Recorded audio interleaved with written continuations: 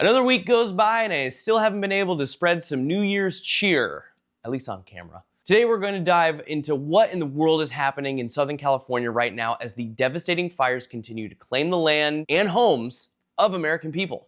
In what might be the biggest and most devastating news for the whole 2025 year already happening, Southern California's wildfires have already forced over 200,000 people to evacuate, destroyed over 1,000 structures, and caused significant injuries and deaths, with firefighters battling extreme winds. What isn't being talked about yet, but will soon be talked about a lot, is these fires highlight the increasing challenges of getting affordable homeowners insurance in a state where rising premiums and limited availability are shockingly, not shockingly, tied to wildfire risk. I mean, we talked about this in the last newsletter, but major insurers like State Farm and Allstate have pulled back a ton of their coverage with the already increasing risk of big fires, and that has clearly left residents scrambling for coverage, while recent state regulations aim to address risk by allowing insurers to reprice based on catastrophic models. Unfortunately, experts warn that these changes may result in higher premiums, further straining real estate prices and affordability. Meanwhile, realtors are dealing with immediate housing needs for displaced residents, and some are calling for creative solutions to protect assets beyond relying solely on traditional insurance. As the climate continues to worsen, both emotional and financial impacts on communities are expected to grow. I'm sure we'll be reporting on this subject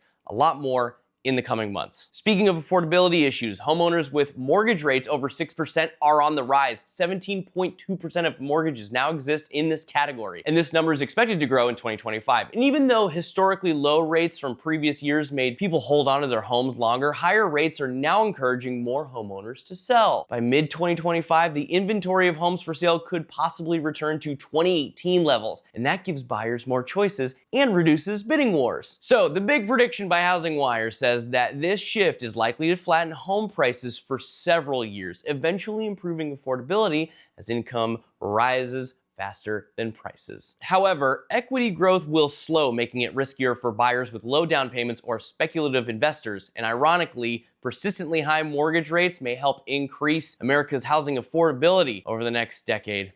Who knew?